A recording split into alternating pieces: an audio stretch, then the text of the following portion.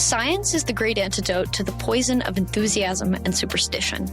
Hi, I'm Juliette Selgren, and this is my podcast, The Great Antidote, named for Adam Smith, brought to you by Liberty Fund.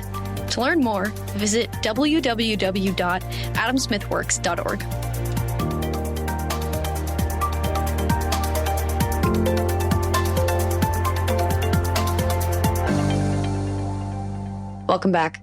Do you ever get PO'd at the airport? I do, constantly. When they tell you to take your shoes off, but you know it's not your shoes that's making the metal detector go off, but you have to do it anyways because really otherwise you can't get to your flight. And sometimes you try to wear heels and that doesn't work either. So then you ask your friends for hacks to stop setting off the fire alarm, the metal detector while you're walking through. Is this just me? I don't think this is just me. I hope it's not just me. Anyways, today on May 9th, 2024, I'm excited to welcome Dr. Anne Bradley onto the podcast to talk about the greater source, maybe the more troublesome source of all my minor TSA troubles. I guess a relatively mild annoyance, which is terrorism, specifically the political economy of terrorism. Whether it's an effective prevention mechanism, TSA, or not is an entirely different question, but we might get into that. Dr. Bradley is an economics professor at the Institute of World Politics and the vice president of academic affairs at the Fund for American Studies. She's super awesome and does like a million other things. So go check out her profile if you're interested. Welcome to the podcast. Juliette, thank you for having me. It is just a pleasure to be here. I'm excited about this conversation. So, detour, maybe age, or in my generation should know that we don't. I love this question, especially given the way you framed it, your generation, young students that are in college, graduating from college. And I have kind of a two-part answer, I believe, to this. One, I think, is to realize that being smart is important, but I don't think it's always the most important thing. I think what really matters for life is wisdom. And of course, that's something that is cultivated over time through experience and, intellectual aptitude. But I think that what helps us cultivate that wisdom is really putting a premium on a word I like to use, which is grit. And another word I like to use here is being scrappy. And I don't always think that young people are encouraged to think about what that looks like for them.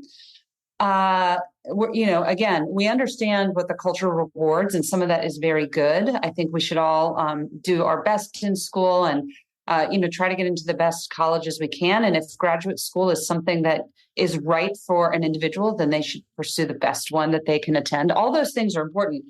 But I think through those experiences, grit is what gets you later in life to a point where you can really be successful and where you get that wisdom. And I think to have those attributes, we have to be vulnerable and we have to be willing to fail. And I actually think, as a parent myself, I think about kind of parenting culture because I'm going to have kids that are where you are not too long from now. And so what is my goal as a parent to try to teach them and to try to have them experience? And I do think shielding your kids, shielding young people from failure is doing them harm. I remember going to graduate school at George Mason University. And when I was there were people that were recruited to be there. They had full scholarships. I was a local girl from Alexandria, not recruited to be there. I applied. I had good letters of recommendation from my faculty members, but I went in with no money, actually. And I felt like the dumbest person in the room many, many times. And I remember sitting in math econ, my first semester of my first year of my PhD program, 7 to 10 at night, which is kind of an added, it's kind of horrible, I guess. Yeah, that's the worst time. It's terrible. I'm ready to put my pajamas on and I'm in math econ. And I just remember kind of there were times where I thought, I have no idea what I'm listening to. And kind of just that moment where you feel like the tears are coming in your throat, almost, and you can feel them. And I thought, I have to drop out. I cannot do this. I am not smart enough. I'm the dumbest person in the room. And I didn't quit. And I got a scholarship because I worked hard. And that's what has shaped me today, to this day. And I think that's a really important part of my experience. It was probably really good for me that I wasn't the smartest person in my cohort. I was probably at the bottom of my cohort, but that really pushed me to work very hard. And I think it also pushed me to realize that I cannot take this for granted. Because if I mess this up and I say this is what I want to do, I'm going to ruin, my ability to kind of be a professor, which is what I thought I always wanted to do. So that's just kind of a personal story to explain what I mean. But I think we need to put a premium on grit, on being scrappy, on hanging on, not giving up the moment it gets hard. And I think that's a very hard thing to do. Yeah, I've been feeling this tension personally because especially like looking forward at maybe grad school or even getting a job, GPA and your transcript matters, but it's more than just what the number is. I've realized it's what is attached to the number. So the context. And sure, sometimes people aren't going to understand that the math class you took is this relatively very impossible class and that you struggled every night for many hours and that the number, the GPA points attached to that do and don't reflect that in a way. But there's kind of this tension where because we live in a world where these institutions at the university level and even before, I guess it affects high school because it affects college, because it affects grad school, because it affects jobs. There's this tension between the fact that because we measure it that way and because we idolize almost success and intelligence in this way, that it actually pushes people who, I don't know, maybe can develop or are willing to develop that grit. That's part of why I work super hard sometimes, right? It's an incentive in a way because you want to have a higher GPA, even if it can only be so high. But then on the other hand, that's not putting a premium on it. So I guess as a professor, as someone who administers grades, how do you kind of deal with that? The fact that the reason why some people develop grit is because of grades, and yet maybe it's not the best incentive structure for that. This is really true. In the classroom, I think you have to recognize that you have a lot of different types of learners. And in the programs in which I teach, both at the Fund for American Studies and at the Institute of World Politics, we aren't, it's not those are non-traditional academic environments in the sense that they may never take another economics class again.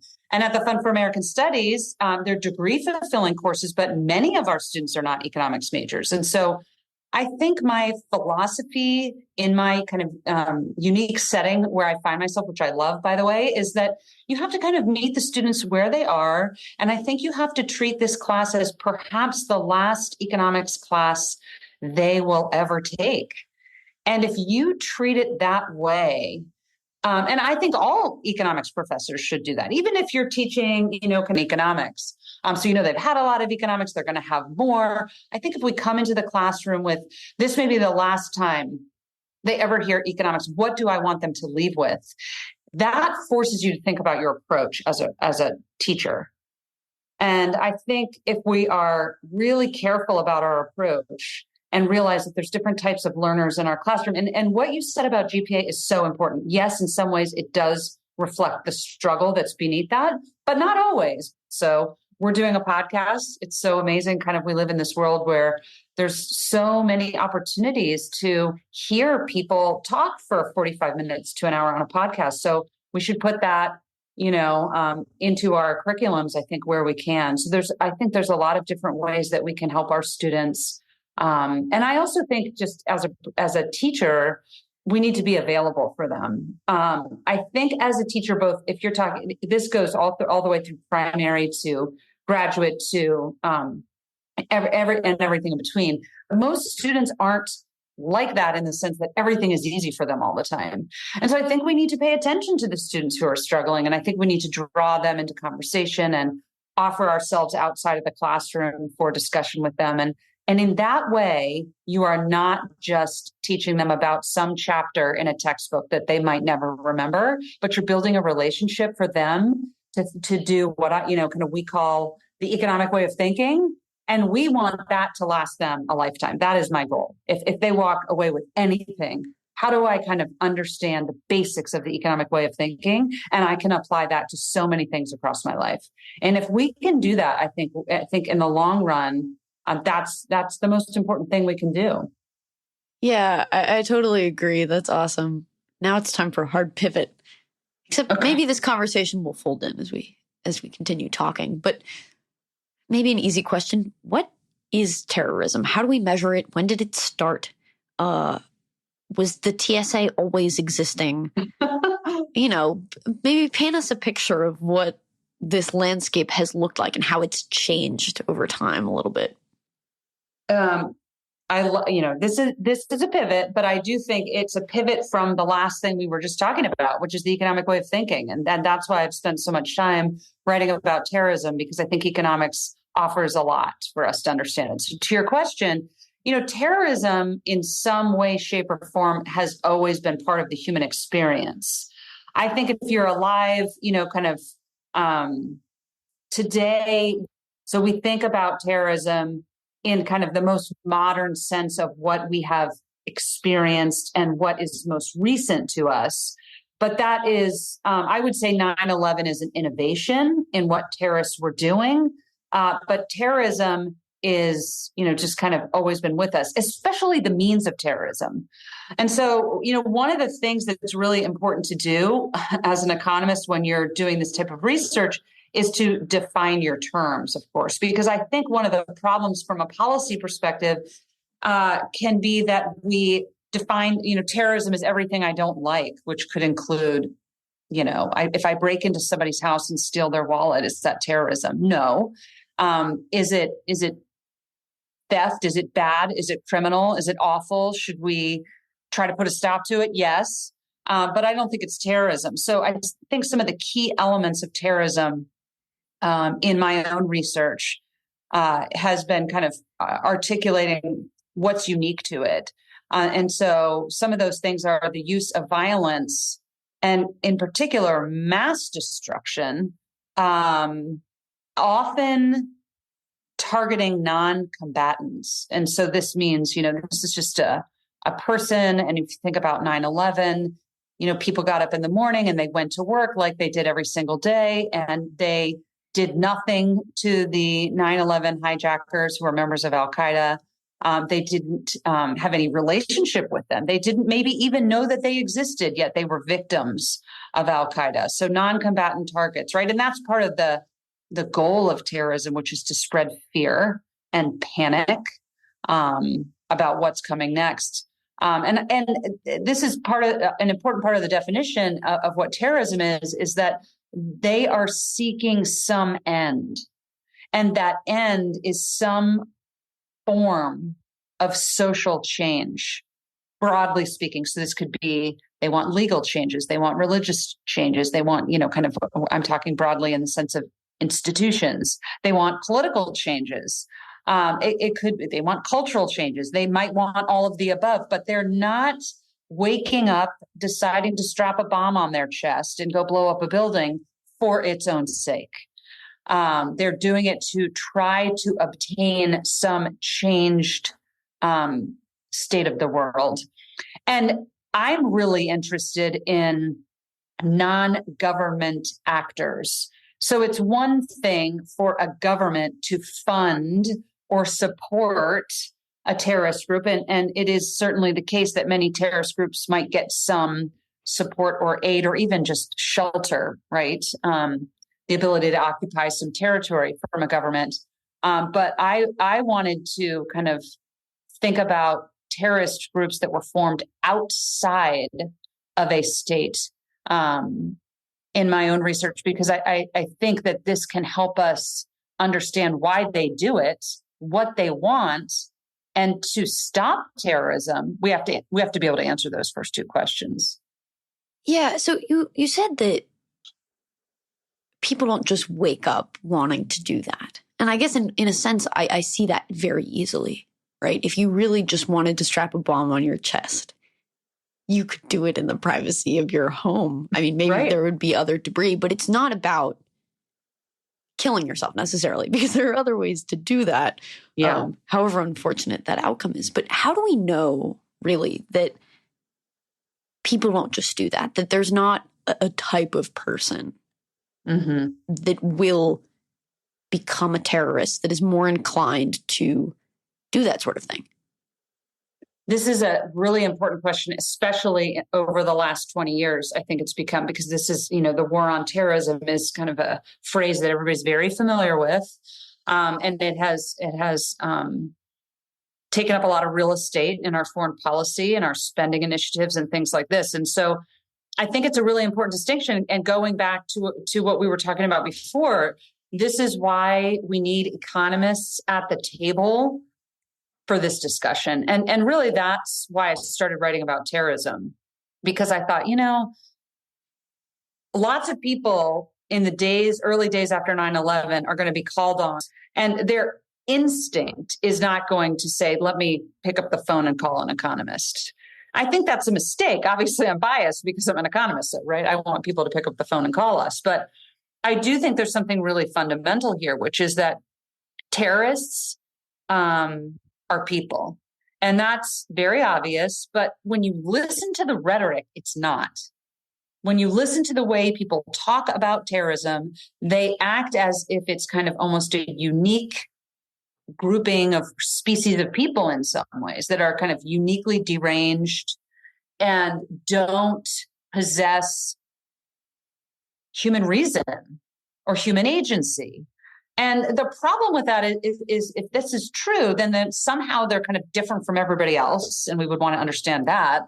And I think that would be really hard to explain. But I think the other issue is that would explain what you just said. Then you're going to walk around and you're going to do crazy things, right?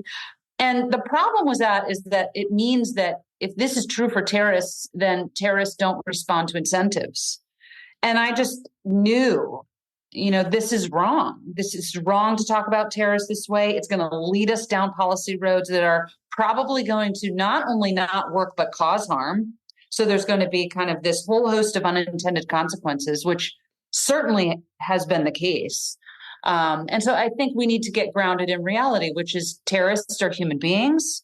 They possess human reason, and they desire certain outcomes. And so then it becomes a question of means and ends, right? And then it's like, well, the way you framed it was so appropriate. If I just wanted to kill myself, I could strap a bomb, and I wanted to do it with kind of a bomb. I could do that in the privacy of my own home with very little collateral. But that's the opposite of what they do. They do it in public. It's theater. They want every news station to report on it. They want it to be on the front page of every newspaper.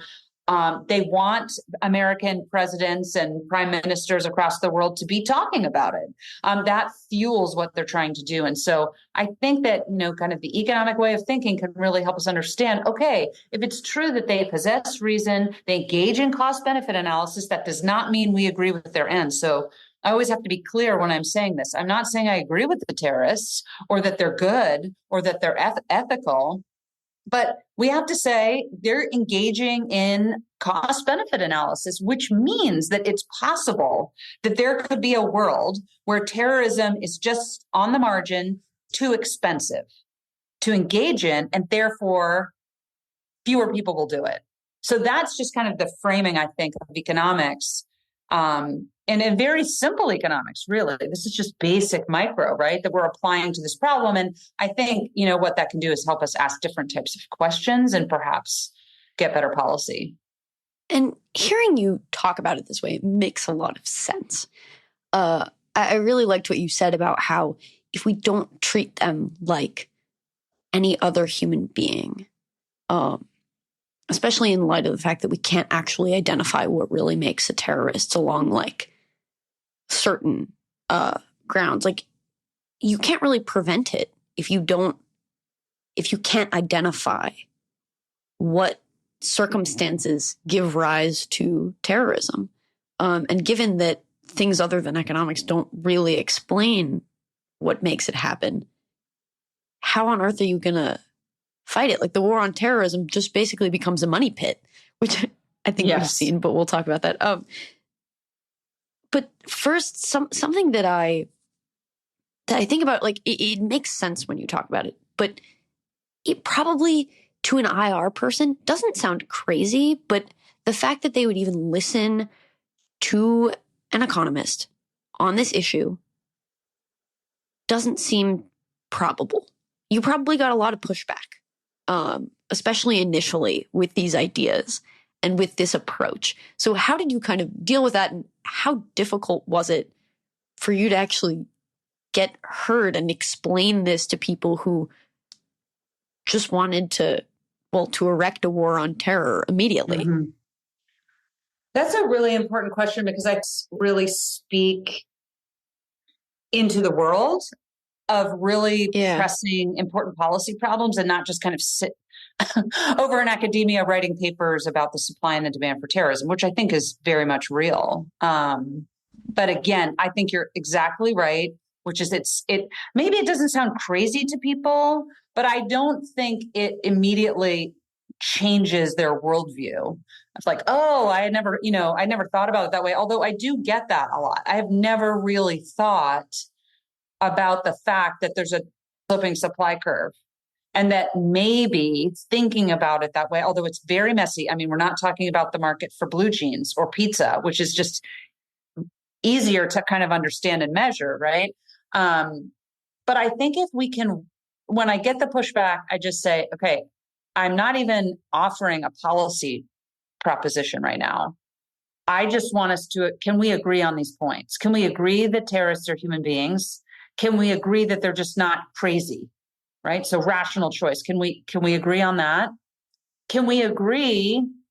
If we can agree on those two things, then can we say, okay, it's possible that you can change the amount of terrorism. And I think that's where you can pull in IR and other types of policy folks, because that's what the war on terror is at least presumably about. If you listen to what George Bush said, the president at the time of the terrorist attacks, which I don't envy that position at all, but, kind of shortly after 9/11, he went to ground zero and basically said, not only are we never going to stop, but we're not going to stop at Al-Qaeda. We're just going to do anything and everything and throw it against the wall and see what sticks. And so I think that now it's less pushback than when I started, because I was writing about this in graduate school right after 9/11, and everybody was terrified, and everybody thought it was the end of the United States, and we didn't know what was going to happen next. And so I think there was no headspace for this type of conversation, which seemed utterly theoretical. I think there's a lot more openness to these ideas. And so I lead with the economics, the very basic economics. And I think that allows me to get buy-in from people who don't think like economists. Because if you lead with the policy, right? If I lead with, like, the war on terrorism is basically an abysmal failure, we need to stop, it's making certain people very wealthy, et cetera, I think that is offensive to people, right? So I think we need to lead with, what is the economic way of thinking? If I can show you that it's useful to what you say you want to accomplish, then I think people buy in a lot quicker. Yeah, because the thing is, if you say it beginning with the policy, it comes across as, I don't care about your safety. Yes. And that's not what you're saying. You're saying it doesn't make you safer. Right. Right. Exactly. Which is funny, because I think this happens a lot in economics, and also just non-intuitive trains of thought, that the conclusion seems absurd. I mean, I guess that's what makes it unintuitive, is that the train of thought seems absurd if you come at it from the wrong angle. If you don't go from the same starting point, the conclusion doesn't make any sense. And I think that's, it's been hitting me over and over. And I guess the episode that was released last week, we talked about how the way that we communicate our ideas is so important because the conclusions otherwise would seem insulting and absurd. So it's this maybe is an extreme example of that, because an entire country and individual's safety is maybe one of the most important things. Feeling secure is so important to human beings. So we have to be really careful about how to communicate that yes, it is for your safety.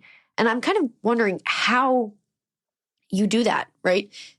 Because in order to even communicate it, you have to know what ideas to ask to get to that conclusion. So you have to take people from point A to Z, but you yourself have to do that. So how do you ask those questions? What leads you to ask the questions that you do? And then how do you bring people with you in that journey? You kind of talked about that a little bit already, but. Yeah, I think it is. So some of my answer to your question is going to be, it sounds like it could come from your mom or your grandmother, where it's like, be nice to people. Don't be a jerk. Don't, these are kind of lessons that we learn as children, but it's so important when we're speaking to other people about something that is volatile, sensitive, that they're really passionate about and worried about. And so I think we have to be winsome in the way we speak to others. And I think I would like to use the word magnanimous. I think we need to do that. And it's hard. And maybe economists are not always great at this. I think we can be better. I think we should try. That we need to think about something other than terrorism, which seems less, oh my gosh, if we get this wrong, we're going to die. That's how people feel about terrorism. But something you and I have talked briefly about before, which is just kind of this idea of the minimum wage, which has just been, tons and tons of research over decades on the minimum wage. If I'm talking to somebody that is kind of on the progressive left, and I lead with the minimum wage is stupid and it hurts people that it claims to help, and we should eliminate it, I've shut a door with that person. And it's kind of sounds arrogant, right? It's like, I know this, I'm an economist. You don't know what you're talking about. I'm going to school you in 30 seconds and then you're going to learn and do a 180. This is not how people operate. And so I really think it's a much different approach, which is, what do we agree on with the minimum wage? Well, I think we agree that we want to help people that are living at the bottom of the income distribution. And even in a very wealthy country like America, that can be really hard. So if you're a single mom and you have 3 kids and you're living in an apartment complex in Baltimore, a crime-ridden city, and you're working for minimum wage and you're trying to take care of those kids, I think we both care about her. I think we care about her future. I think we care about her kids. Why don't we lead with that? And then just say, does minimum wage help get her what we want for her? And have we ever asked her what she wants, right? So I just think there's ways that we can inject new questions in our approach with people who we disagree with. So I think you have to do the same with terrorism. I'm always worried when I'm giving talks about this, not kind of in my classroom, because in my classroom, I have a semester and we build slowly over time. So we don't kind of come out of the gates, okay, let's solve terrorism on day one. We get there. But when you're doing a public lecture, or when you're doing a podcast, or when you're even kind of communicating on Twitter, you have a very limited amount of time with that other person. So the presentation of your ideas and your winsomeness is what is first going to get them to stop and listen. And then if you kind of say, let's have a dialogue about this, let's figure out what we agree, I think you can make a lot of inroads. And one last thing I'll say on this, I was very moved years ago. We had Russ Roberts speak to some of our interns, and he said, when you're talking to people about ideas, it's like drops of water on a rock. The rock doesn't change after one drop of water. The rock changes over time after thousands of drops of water. And I think that's a really important lesson about how we communicate with people. Even if you only have one podcast, your approach is really important. And you hope that if you have one podcast and do it well, you have more, right? And those are the drops of water. But nobody's going to do a 180 in, 30 seconds or an hour or even in a semester. So how do we think of ourselves as, if I'm just the one drop of water for a person, what does that look like? And I think that's really informed how I talk about it.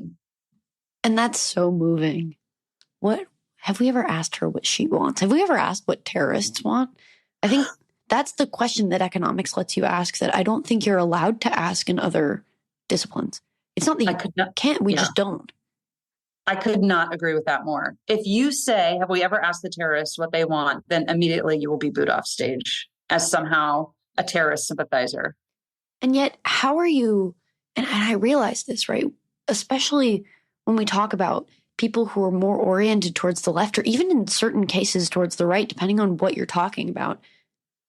Asking people what they want is really important because no one wants the people around them to become, I'm thinking about things that are relevant and attached. Like no one wants someone in their life to become a school shooter or a terrorist. I'm just thinking like America examples. You're probably more likely to become a school shooter, which I guess we could classify as a terrorist in certain ways.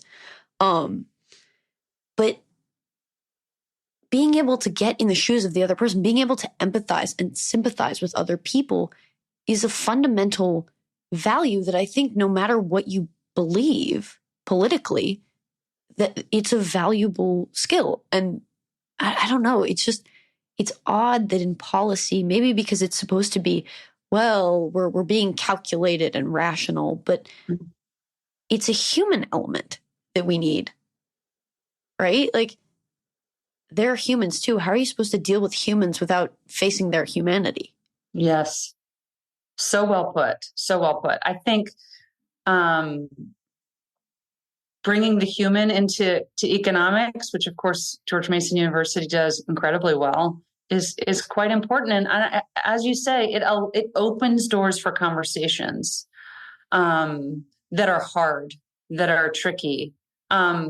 I think sometimes too we lump people into categories, and that's kind of not the way economists think, right? We think about our unit of analysis is the person. So we need to understand people pretty well as we can, so we can understand why they do things and why they don't do things.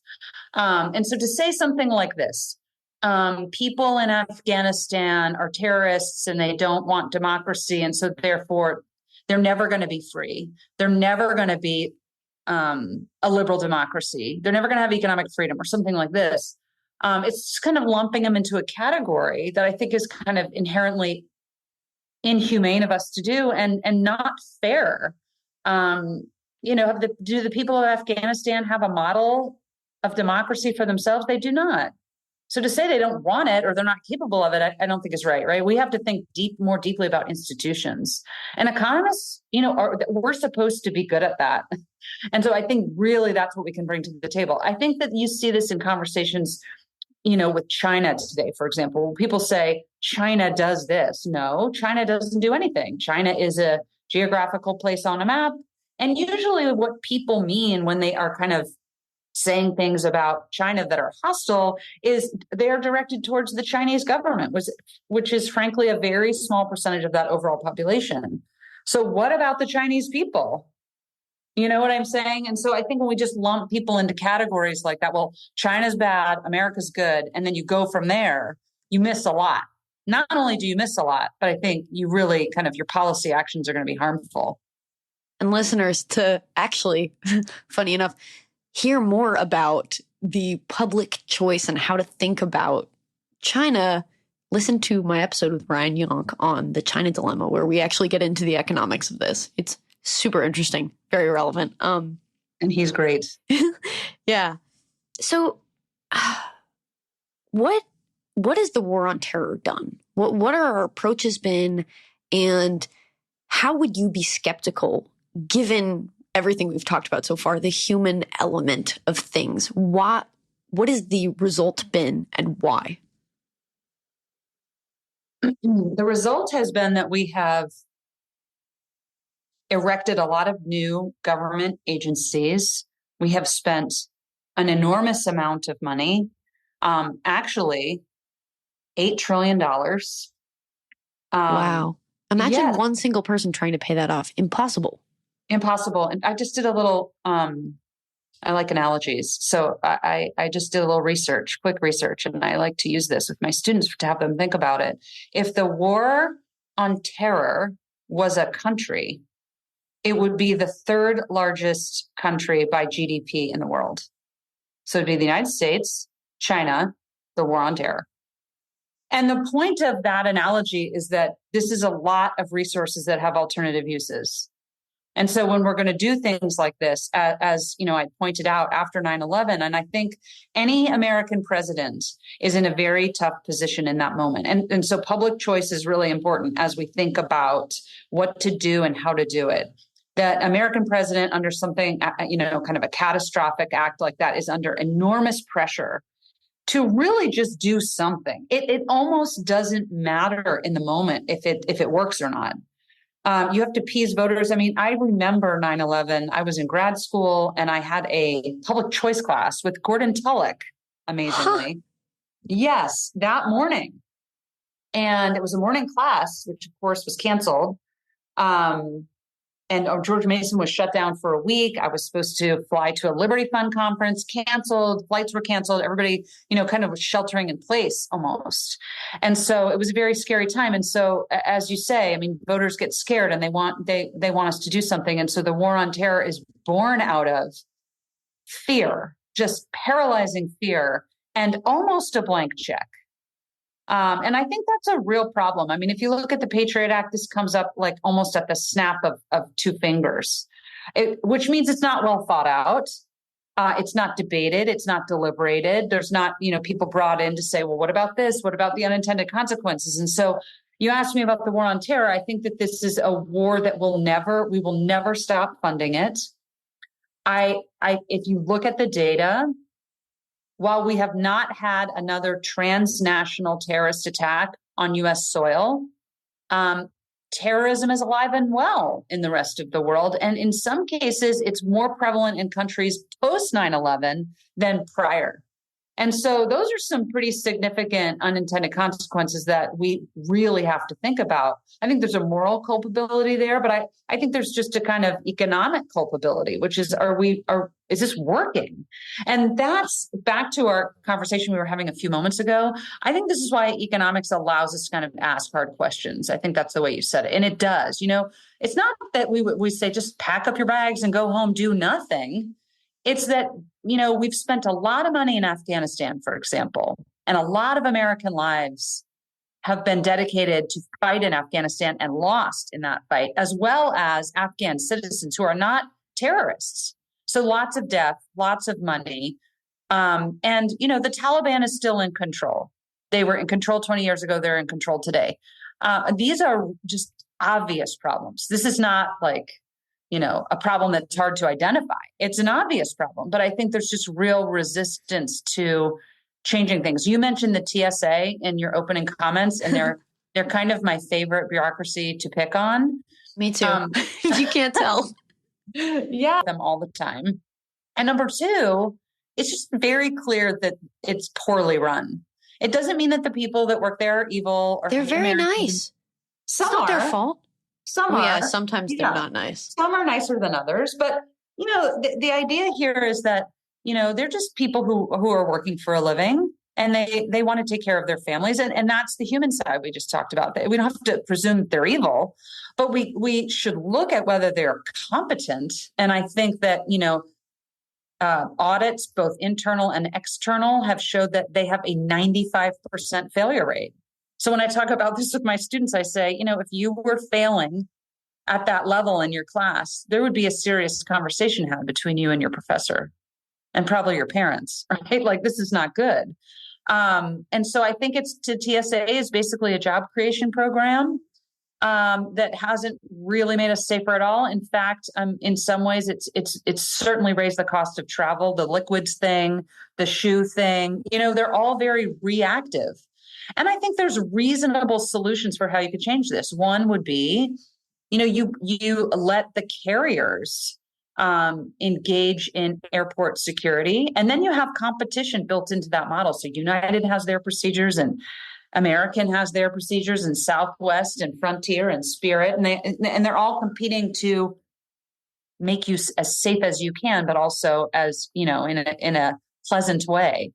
And so there's fixable solutions here. But, back to your primary question, I think that this has, the war on terror has just been really problematic. It has not reduced terrorism, and 940,000 deaths related in some way to the war on terror, 38 million refugees, and $8 trillion. And those are just some of the high level numbers. So, again, I think economists say, whoa, it's time to stop and reevaluate. Yeah. Well, so there's so much there. I want to just keep ragging on the TSA, but I'm going to put that aside. How does economics help us to understand, though, the increase in terrorism abroad post 9/11?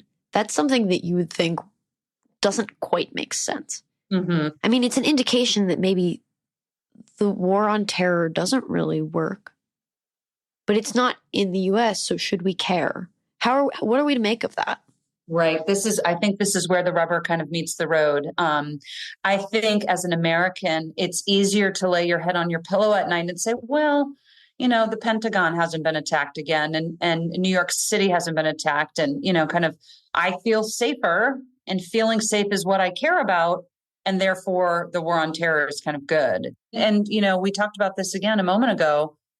I think economics is a humanitarian discipline because humans are at the heart of what we're talking about.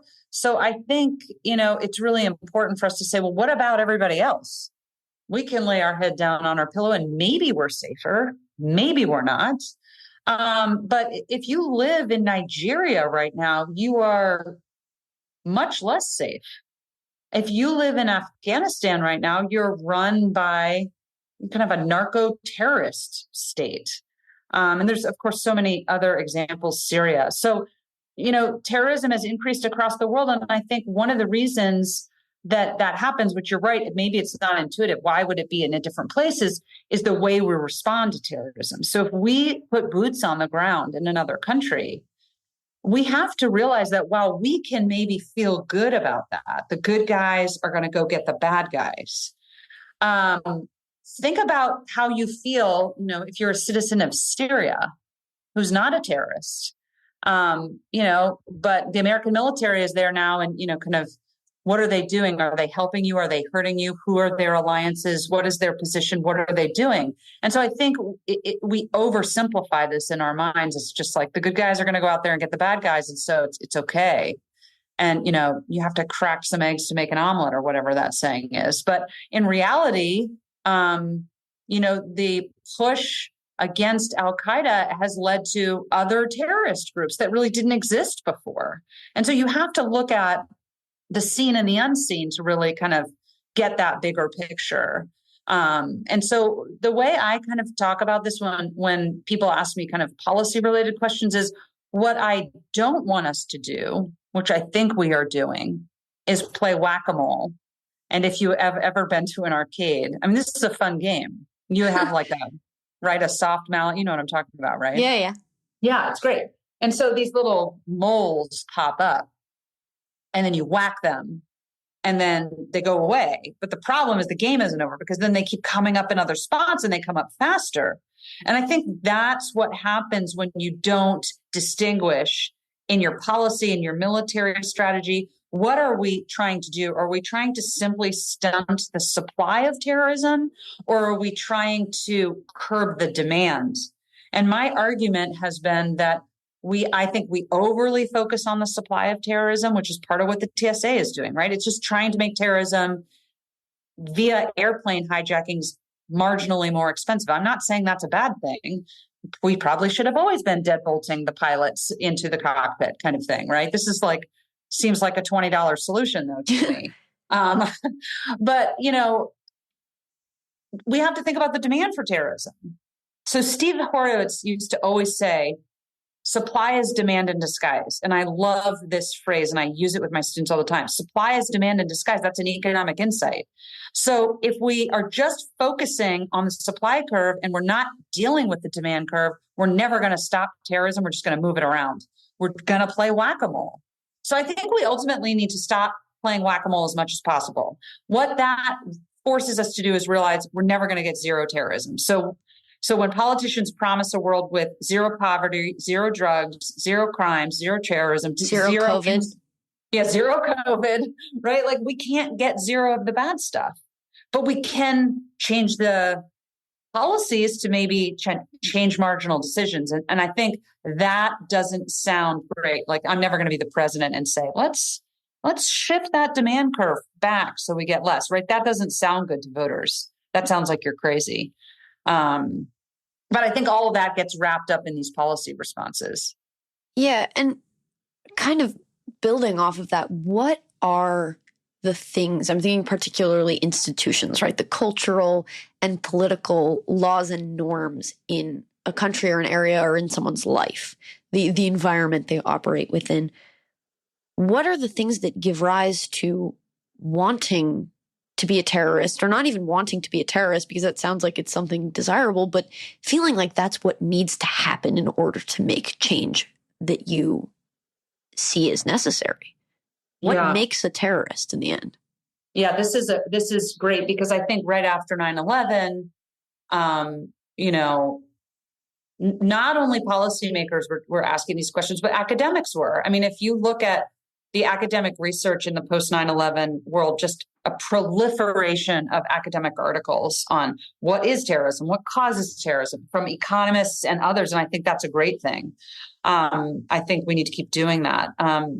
But it's not as easy as, okay, there's, kind of a terrorist is these things. They are from a certain country. They're from a certain income bracket. They're members of a certain religion. And if we can pinpoint those kind of 4 or 5 things, then we could run around and target terrorists them before they do. Right, right.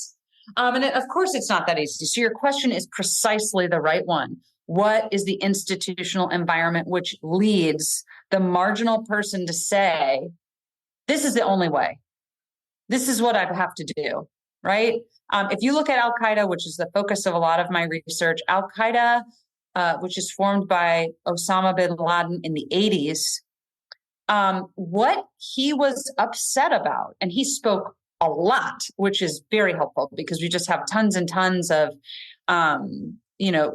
transcripts of his speeches. So you kind of know what he was going to say and you can kind of analyze it. And he said things like, he was mad about the westernization of Saudi Arabia. He was mad about the United States forming alliances with Saudi Arabia, primarily over oil production and oil interests. And I think that's kind of really interesting, right? Because in the post-World War II era, oil becomes highly politicized and leads to lots of political conflicts. And so if you look at why bin Laden started Al-Qaeda, that's kind of different from the average recruit. And so it's really important to understand those differences. It's like the person who's the CEO of a company like Walmart cares a lot more about Walmart than the janitor that works at the Walmart down the street from you. But what is the job of the firm? Well, it's to try to align those incentives as much as you possibly can. And of course, that's what terrorist organizations are doing. They have marketing campaigns. Al-Qaeda has a flag. They have a banner. They have meetings about what they're going to say. They fundraise, all of these types of things. This, first of all, proves, kind of they're highly rational and calculating, but it also helps us understand that, they have to recruit and woo people to be members. And I think if those same people that get recruited to join a terrorist group have different economic opportunities, if they truly could experience something like the rule of law, all of these types of things that economists look at, that changed institutional environment, I think, is ultimately what's going to change that demand curve. So one of the things I did is I just looked at some of the countries where terrorism is most prolific, like Iraq, Afghanistan, Nigeria, Syria, Yemen, and, just kind of looked at their economic freedom scores. And it's really not a surprise that those are countries that don't have a lot of economic freedom. They don't have a lot of robust commerce and growing markets. They don't have civil liberties. They don't have political freedoms. And so I think all of those things work together or work against each other. And so to me, this is the heart of the matter. This is the heart of the question. I do think we have to do some of the tactical things to fight the war on terror, to stop, kind of attacks we know that are on the horizon. But ultimately, that's not going to reduce the demand curve. Reducing the demand curve is about institutional change. So what should our main takeaways be? There's something about, especially this issue, where I think the more you once you've engaged with these ideas, then you go out into the world, you realize it applies to more than just terrorism. But what should the average person take away from this conversation? Because it might not be as easily applicable or relevant to just any old Joe. Right. And I think most people, kind of don't spend a ton of time thinking about terrorism. And but it's a cool topic. It's a cool topic, but I'm glad about that. And in the sense that I don't want people walking around being worried about terrorism, because I think it's a rare event for an American. I do think we should get our policy in order. Here's what I would say. The takeaway is that I think talking about terrorism is an incredible opportunity to teach people economics. And then we can pivot from that and talk about all sorts of other issues as well, like the minimum wage, right? Like, what are we going to do about poverty? Humanizing the people that choose to become terrorists does not mean we agree with them. So I'm very influenced by kind of Gary Becker's work on crime, right? It's not that we're saying crime is good. It's that we're saying we're trying to understand it from a kind of a human perspective, right? And if we don't understand it, we can't change it. So I think I want people to think kind of in a more fundamental way about terrorism. But we haven't talked too much about this. I really want people to understand kind of the ugly underbelly of terrorism. There are people that have a vested interest in the war on terror lasting forever, because they get enormous sums of money from the federal government to, quote unquote, fight terrorism. And they're private corporations. And so I think that this is, kind of, we talk about this as cronyism. I think it spills over into a lot of other parts of daily life, like regulations and occupational licensing and zoning and, things like that. But I think from a terrorist perspective, it strikes people differently when you think about the fact that, and I'm just giving an example again, the people that work at Lockheed Martin are not evil. They're not unique in that way. They're just human beings.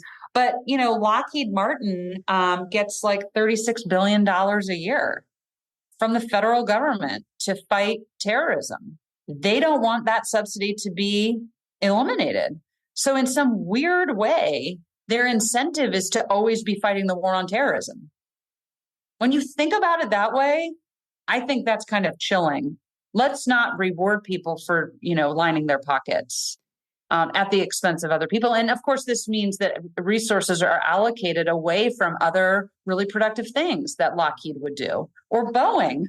Boeing is an interesting example because they've had a lot of problems recently, right? And maybe an argument for that is if they focus not so much on their, kind of rent seeking to the federal government for their war on terrorism activities, but rather making airplanes that, are safe, that would be a good thing. And so I don't think people really think about that. And so when I say those things to people, hopefully that changes their perspective. And that's really what I'm after. Using economics to shine a light.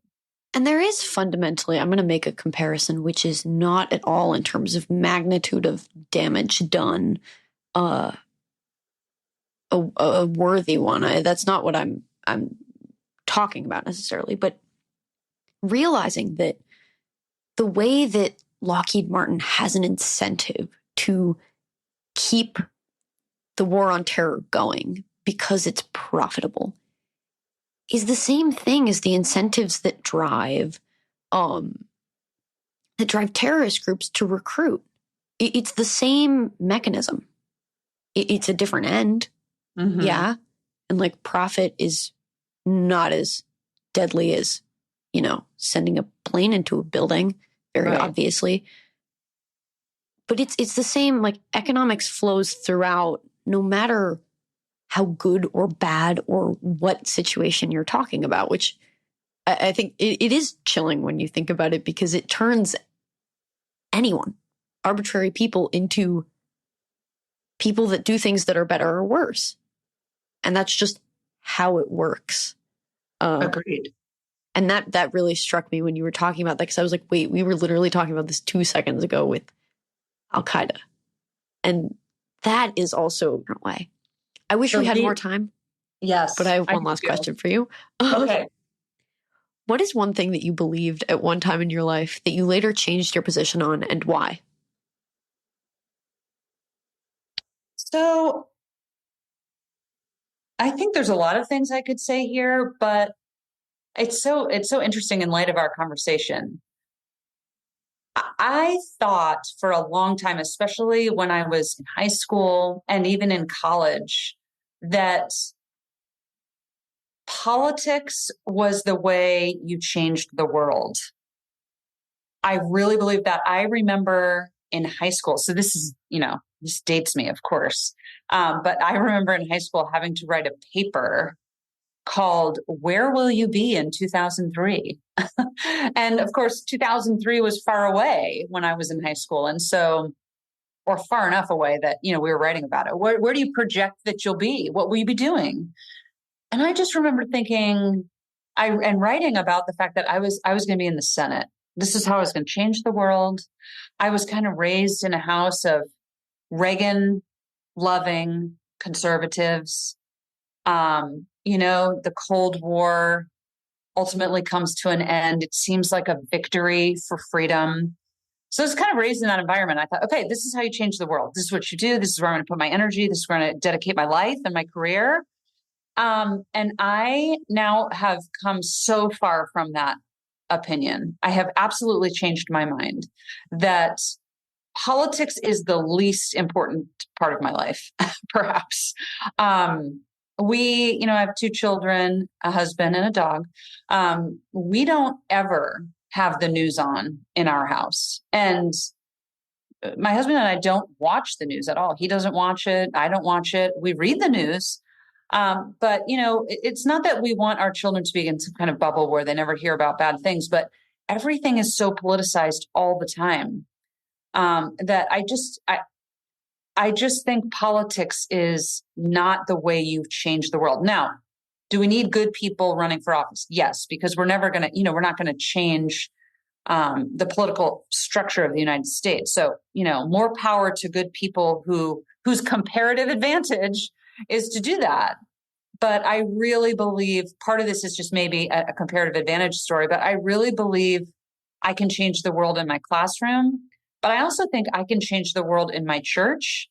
I can change the world in my neighborhood, the way that I communicate with people, the way that I spend my time in my volunteer activities. To me, on the margin is very important. I'm never going to be on the cover of Time magazine for any of that. Maybe I would if I had become a senator at a young age, right? But I don't think that's what matters as much anymore. I think that there's a lot of avenues that the average person has in their life to really influence people, to change the world. And, for me, I just absolutely will die on the hill of fighting for freedom. I will. But I have just changed my mind that I do that in the political space. So for me now, I'm going to do it by trying to be a great teacher and an effective communicator. And so that's kind of where I am, and I think where I'll be for the rest of my career. And so my job then is just do it the best that I can and learn and have intellectual humility along the way, all those things.